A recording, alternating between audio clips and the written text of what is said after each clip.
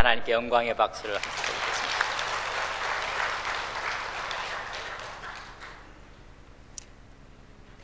요리문답 문 1에 보면 이렇게 묻습니다. 사람의 제일 되는 목적이 무엇입니까? 여러분, 사람의 제일 되는 목적이 무엇일까?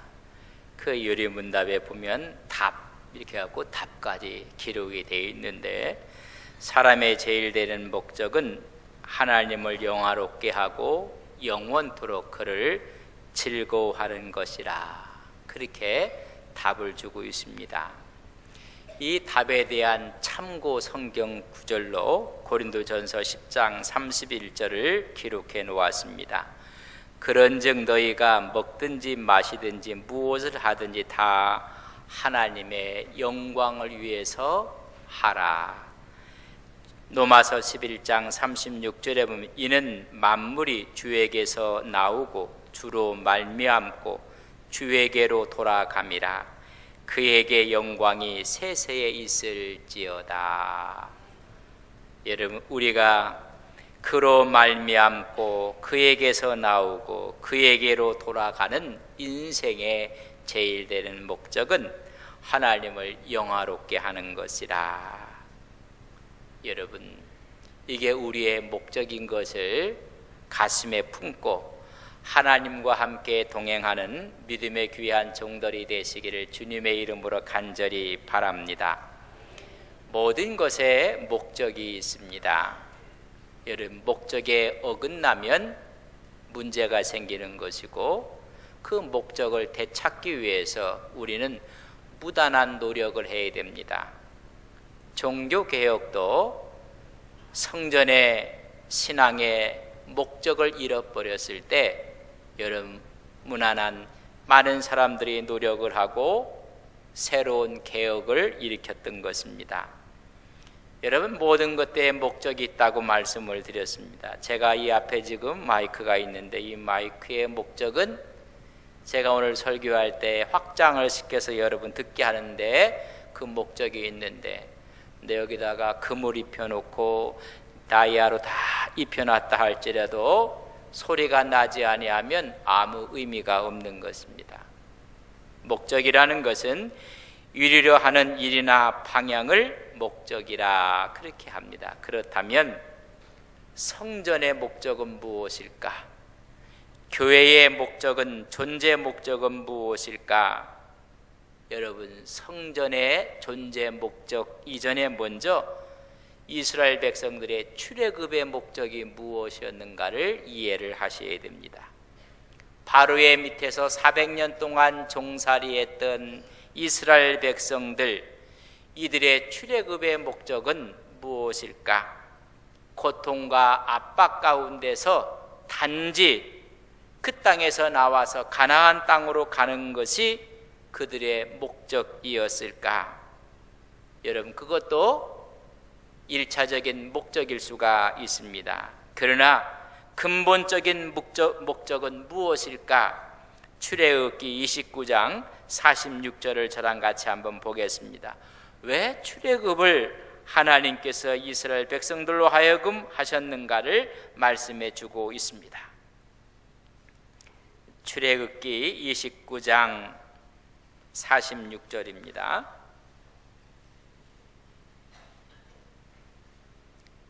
좀 불편하시더라도 제가 성경을 말씀드릴 때 여러분 앞에 띄우지 않는 이유를 이해를 해 주셨으면 좋겠습니다. 성경 구절까지 다 띄워지면 주일날 아예 성경을 안 가지고 다니십니다. 하나님 말씀이 얼마나 귀한 건데, 여러분들 말씀을 갖고 내 성경, 내 말씀으로 여러분 받는 시간들이 됐으면 좋겠습니다. 출애굽기 29장 46절을 저랑 같이 한번 읽겠습니다. 그들은 내가 그들의 하나님 여호와로서 그들 중에 거하려고 그들을 애굽 땅에서 인도하여 낸 줄을 알리라. 나는 그들의 하나님 여호와니라. 내가 그들의 하나님 여호와로서 그들 중에 거하기 위해서 내가 너희를 출애굽시켰느니라. 인도했던 것을 분명히 말씀해 주고 있습니다. 출애굽기 19장, 그들은 시내산에 도착을 하게 됩니다. 여러분 보십시오. 시내산에서 받은 것이 두 가지가 있습니다. 첫째는 십계명, 하나님의 계명을 받습니다. 두 번째는 성막의 구조를 받습니다. 성전의 모습을 받게 되었다는 것입니다. 구약의 성전은 하나님께 제사 드리는 의식이 있고 형식이 갖추어져 있습니다. 그러나 더 중요한 의미가 있다면 그런 형식을 통해서 하나님과 교제하는 것입니다. 하나님께 기도하는 것이고 하나님께 예배하는 것이 더 중요한 출애굽의 의미라는 사실을 기억하셔야 됩니다. 단지 제사를 통해서 하나님을 만나게 하시는 것입니다. 기도가 있고 하나님의 얼굴을 구하는 것이 성전의 준 목적이었습니다. 하나님께 제사를 드림으로 하나님과 만나는 것입니다. 하나님과 교제하는 것이었습니다. 하나님의 정신, 하나님의 스피릿을 이어받는 것이 성막, 성전의 존재 목적이었습니다. 그렇다면 예수님 당시에 성전의 모습은 어떠했을까? 오늘 본문에 있는 말씀이 존재 목적을 잃어버린 성전의 모습이었습니다. 사람들의 편의를 제공하기 위해서 성전들은 장사하는 사람으로 가득 채워지고 말았습니다. 장사로 인해서 치부의 장소로 만들어 놓았습니다. 이런 성전 청결 사건이 마태복음 21장, 누가복음 19장, 요한복음 2장, 사복음서에 공히 기록되어 있습니다. 올해를 종교개혁 500주년이라고 이야기를 합니다. 누턴은 그 당시에 교회가 하나님의 말씀에 비추어 보았을 때, 하나님의 말씀으로 진단해 봤을 때 문제가 있었습니다. 그렇기 때문에 일어난 운동이 종교개혁의 횃불을 든 것입니다. 그렇다면 오늘 우리 교회의 모습은 어떤가? 오늘 이 시대의 교회는 어떠한 것인가? 성경에 비추어 바라봐야 하는 것입니다. 오늘의 교회에 앞서 먼저 예수님 당시의 성전은 어떤 모습이었는가? 오늘 하나님의 말씀을 먼저 보겠습니다. 오늘 본문 말씀 15절 말씀을 함께 봅니다. 15절입니다. 그들이 예루살렘에 들어가니라. 예수께서 성전에 들어가사 성전 안에서 매매하는 자들을 내쫓으시며 돈 바꾸는 자들의 상과 비둘기 파는 자들의 의자를 둘러 엎으셨다 말씀해주고 있습니다.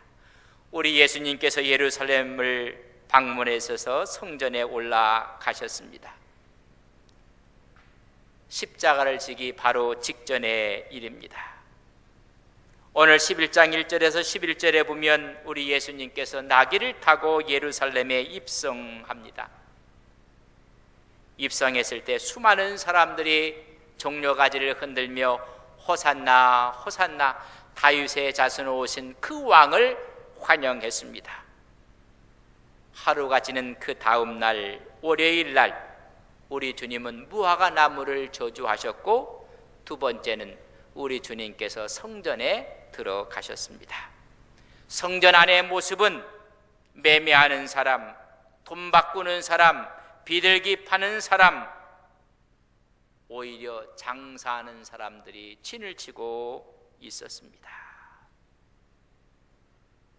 주님께서 보셨던 그 당시의 성전의 모습이었습니다. 성전 당국에 의해서 묵인되어졌고 제사장들의 탐욕으로 말미암아 불공정 거래가 이루어지는 곳으로 바뀌었습니다. 교권주의자들과 상인들이 결탁을 하고 거기서 오히려 폭리를 취하는 모습에 우리 주님께서는 분노하셨던 오늘 본문의 말씀입니다. 이 당시에 총책임자, 매매하고 돈 바꾸고 비둘기 파는 이 전체를 책임진 자가 누군가, 이렇게 이야기를 해주고 있습니다. 이 모든 시장의 소유권은 대제사장의 친족들이 가졌다고 합니다. 당시에 대제사장이었던 안나스의 아들이 총 책임자를 역을 맡았다고 이야기를 합니다. 파는 자들이 있었습니다.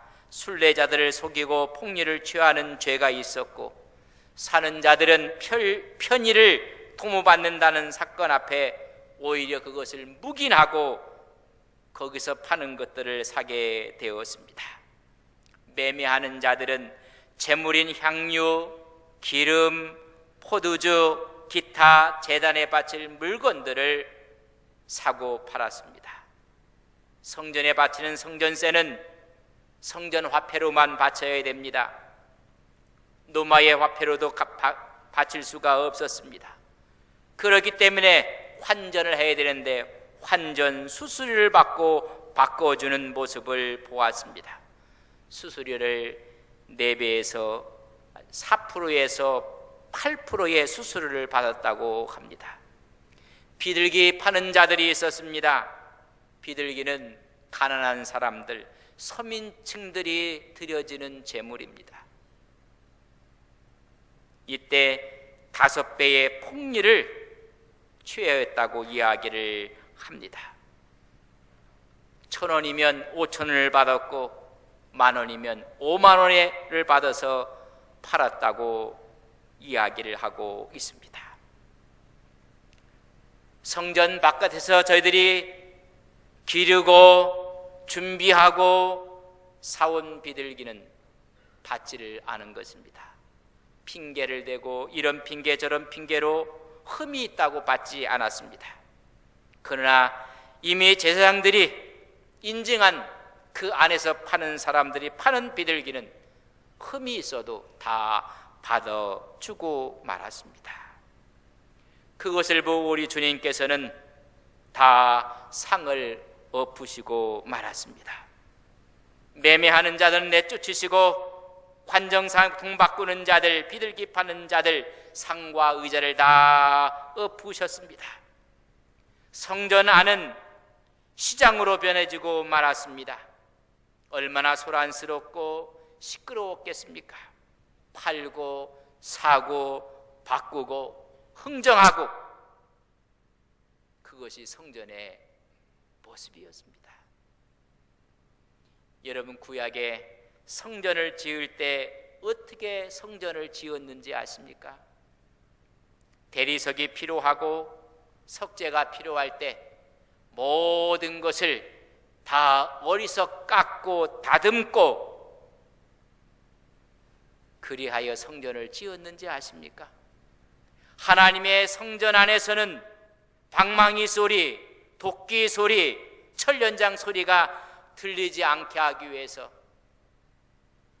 그것을 뜨는 곳에서, 준비한 곳에서 모든 것을 다 준비해서 성전에 들어와서는 소리 없이 갖다 얹어놓기만 했습니다.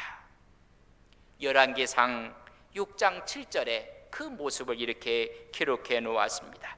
열왕기상 6장 7절을 저랑 함께 보겠습니다. 열왕기상 6장은 518면입니다.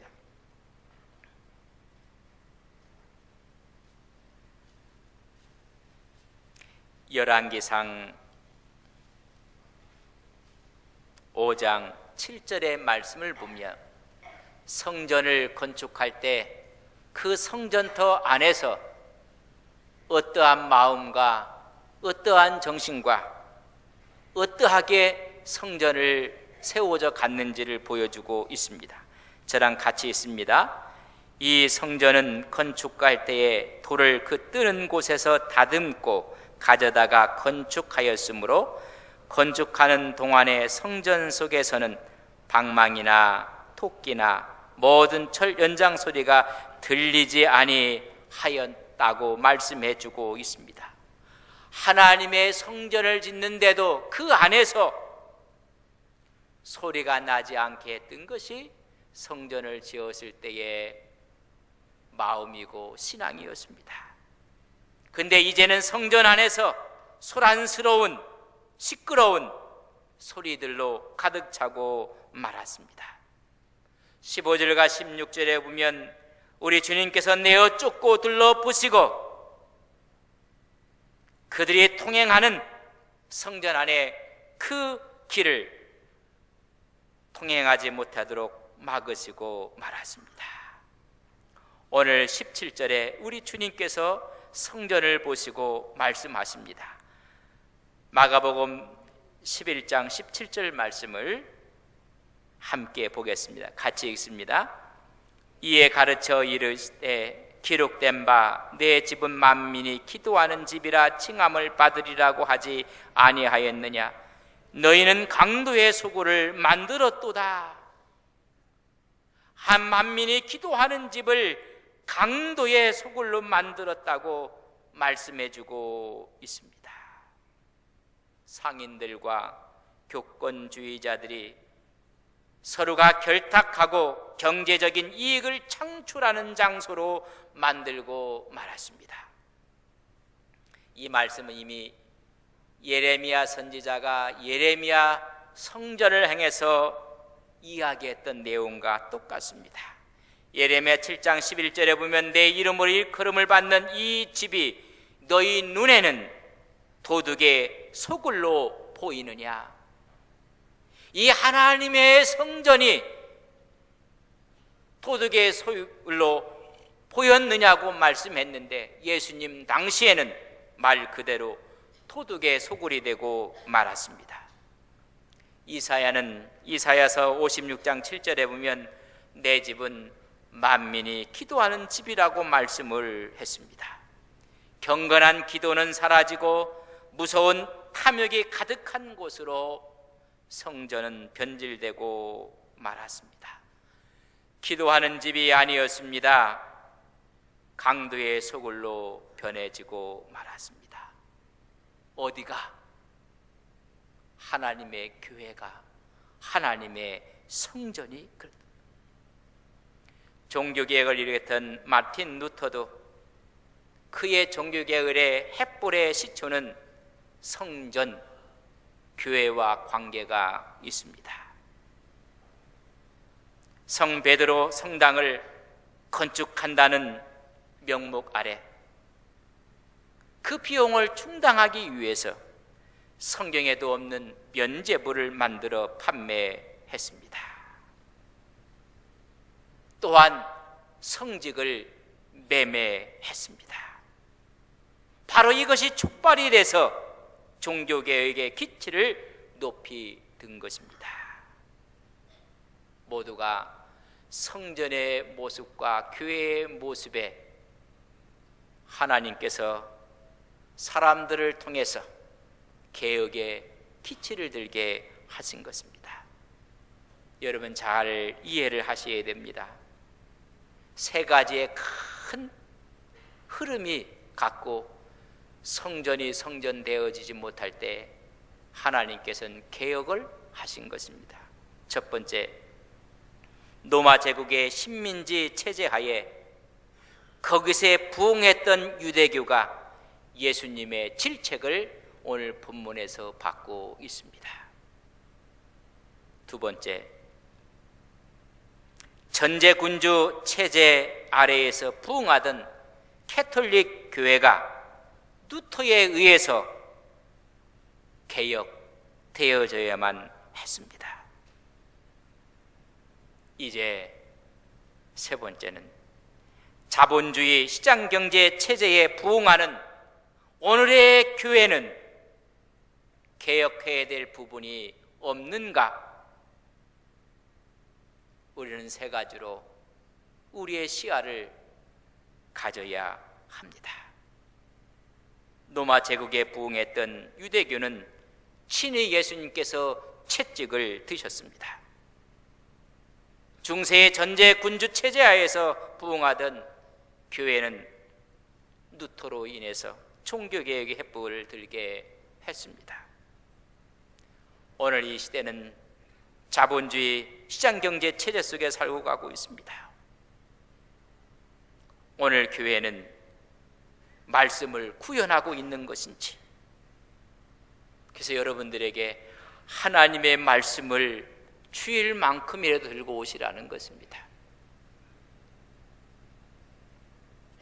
오늘의 교회들이 하나님의 말씀을 구현하고 있는 것인지,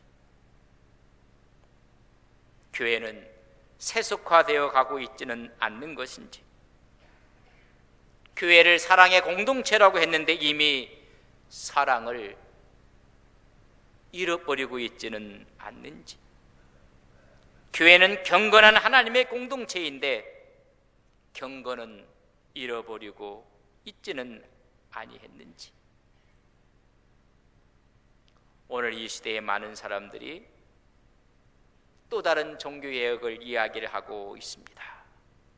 오늘 말씀을 통해서 그렇다면 우리 주님께서 왜 그들에게 채찍을 드시고 그들의 상을 엎으셨을까?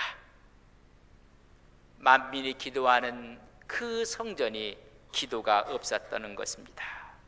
그래서 우리는 먼저 기도하는 교회가 되어야 합니다. 저는 여러분에게 도전을 합니다. 하나님과 함께 기도하는 믿음의 성도들이 되시기를 바랍니다. 교회의 생명은 기도입니다. 기도한다는 것이 무슨 뜻인지, 기도하다는 단어가 프로슈케라고 씁니다. 이 단어는 두 단어가 합쳐진 단어입니다. 프로스라는 단어하고 에코라는 단어가 합쳐서 기도하다. 프로스는 가까이, 곁에, 뭐뭇을 향하여, 뭐뭐와 함께라는 뜻을 갖고 있습니다. 에코는 소유하다, 간직하다, 붙잡다, 열심을 가지다, 함께하다는 뜻을 갖고 있습니다. 이 두 단어가 합해서 기도하다는 하나님을 내 곁에 가까이 모신다는 것입니다. 어떤 분은 기도는 많이 하는데 하나님과 멀리 있는 사람은 중언부언한 기도를 드린 것입니다. 기도한다는 것은 하나님의 뜻을, 하나님의 마음을, 하나님을 내 곁에 가까이 모시고 사는 사람들입니다. 그 사람을 보면 하나님이 보여지는 사람이 기도하는 사람입니다. 그 교회를 보면 하나님이 느껴지는 교회가 기도하는 교회입니다. 오늘 우리는 기도하는 교회가 되어야 됩니다. 하나님을 향하여 열심을 가진다는 것이 기도한다는 원래의 의미입니다. 하나님을 향해서 열심을 갖고 있습니까? 많은 사람들이 직분에 대한 열심을 갖고 있고, 세상에 대한 직책에 대한 열심을 갖고 있고, 여러분, 하나님을 향하여 그 하나님을 붙잡고 열심을 다하는 것이 기도한다는 것입니다.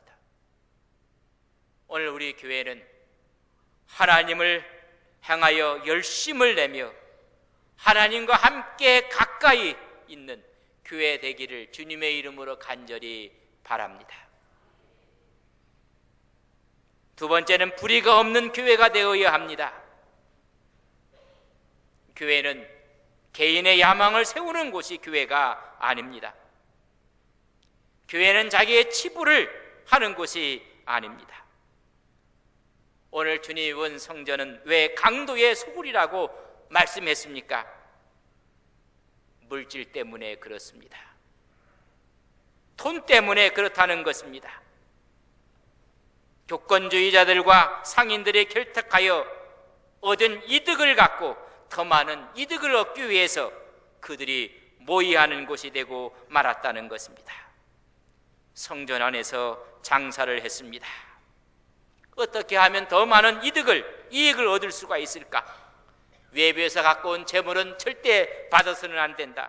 어떠한 방법을 강구해도 흠이 있다고 해야 된다. 그러나 우리가 인증한 재물들만은 더 이상 따지지도 않고 받아줘야 한다. 독과점이었습니다. 아주 비싼 가격으로 매점 매석을 하고 말았습니다. 이것이 그 당시의 불의였습니다. 교회를 이용하면 안 된다는 것입니다. 자기의 이득을 위해서 교회를 사용하면 안 된다는 것입니다. 직함을 이용하고 직분을 이용해서도 안 된다는 것입니다. 오직 하나님을 가까이 하며 하나님께 가야 된다는 사실을 아셔야 됩니다. 오죽하면 교회까지 피자금이 있다는 말을 들어야 되는 시대에 살고 있습니다. 세 번째는 교회가 제도화되고 권력화되어서는 안 된다는 것입니다. 우리 예수님은 이미 성전 안에서 제도화되고 권력화되고 종교가 제도화 권력화되었기 때문에 성전을 그렇게 늘 올라가지 아니하셨습니다. 예루살렘과 성전을 늘 등지고 갈릴리에서 계셨습니다. 오늘 13절 말씀해 보면 19절 말씀해 보면 그리고 날이 저물매 그들이 성 밖으로 나가더라. 늘 주님께서는 성전 안에 성 안에가 아니라 성 밖으로 나가십니다. 우리 주님께서 십자가를 지시고 부활하시면 내가 갈릴리로 갈 것이라고 말씀하셨습니다. 예루살렘이 아니었습니다. 성전이 아니었습니다. 그릇된 종교 의식에 사로잡혀 있는 그 성전을 우리 주님은 찾지 아니했습니다. 오히려 나는 갈릴리로 갈 것이라. 갈릴리에서 계셨던 우리 주님께서는 부활하시기 위해서 예루살렘 부근 베데니 근처에서 제자들이 보는 앞에서 승천하셨습니다. 그리고 말씀합니다. 너희들에게 약속한 성령을 보내주겠노라.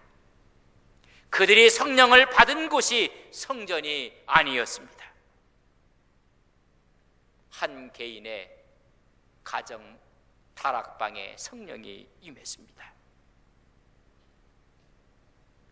그 성전은 AD 70년에 로마 디도 장군에 의해서 무참히 폐허가 되고 말았습니다.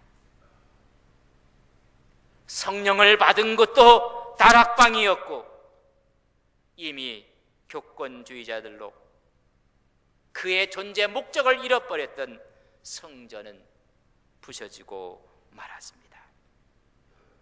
오늘 이 시대에 우리는 새로운 개혁을 이야기하고 있을 때 그러기 위해서는 성전은 교회는 우상화되어서는 안 됩니다. 어떤 분은 그래요. 우리 교회만 잘못된 생각입니다.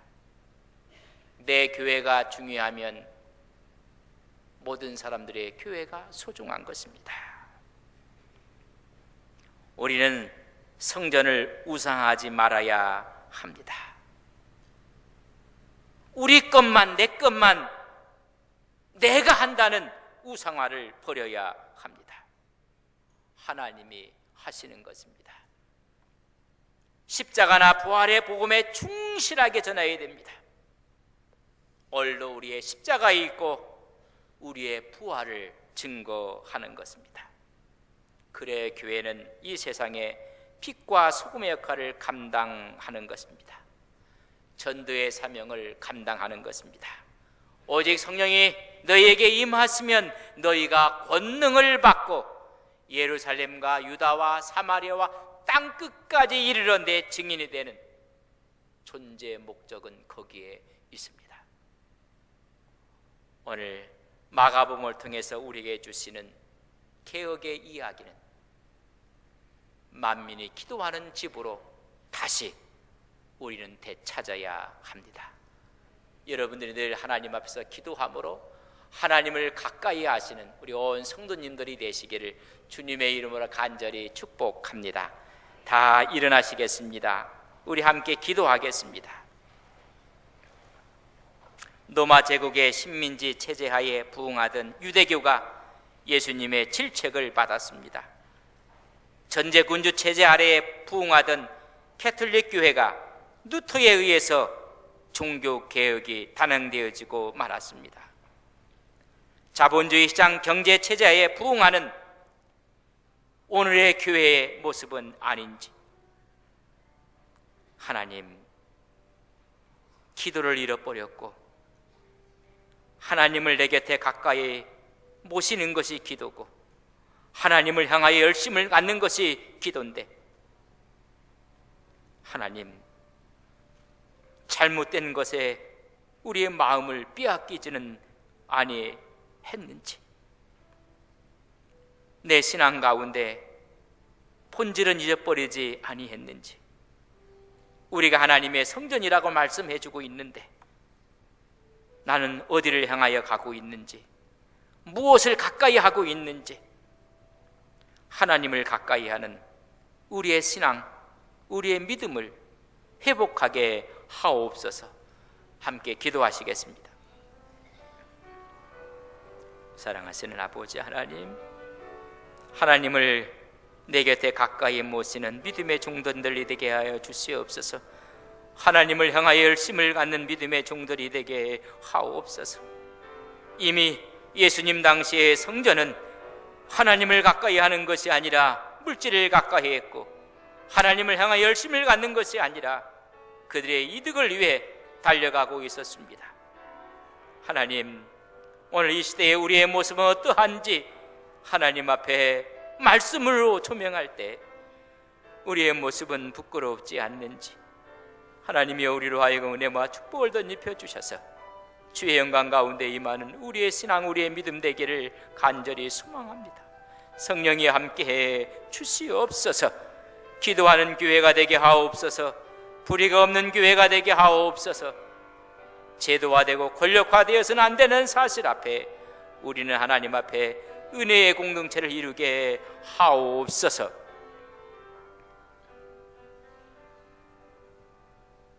하나님, 잘못된 모습 앞에 부응했던 유대교는 우리 주님의 질책을 받았습니다. 중세의 암흑시대에 부응했던 캐톨릭 교회는 종교 개혁자들에 의해서 개혁되어지고 말았습니다. 오늘 이 시대는 자본주의 시장 경제 체제에서 부응하는 우리의 교회의 모습은 아닌지, 하나님, 잃었던 기도를 되찾게 하옵소서. 거짓과 불의가 없는 교회가 되게 하옵소서. 이미 제도화되고 권력화된 우리의 교회가의 모습이 아니라 믿음과 사랑의 공동체가 되게 하옵소서. 하나님, 우리로 하여금 하나님을 가까이 하며 하나님을 향해 열심을 갖는 믿음의 귀한 종들이 되게 하옵소서. 예수님의 이름으로 기도 올리옵나이다. 아멘.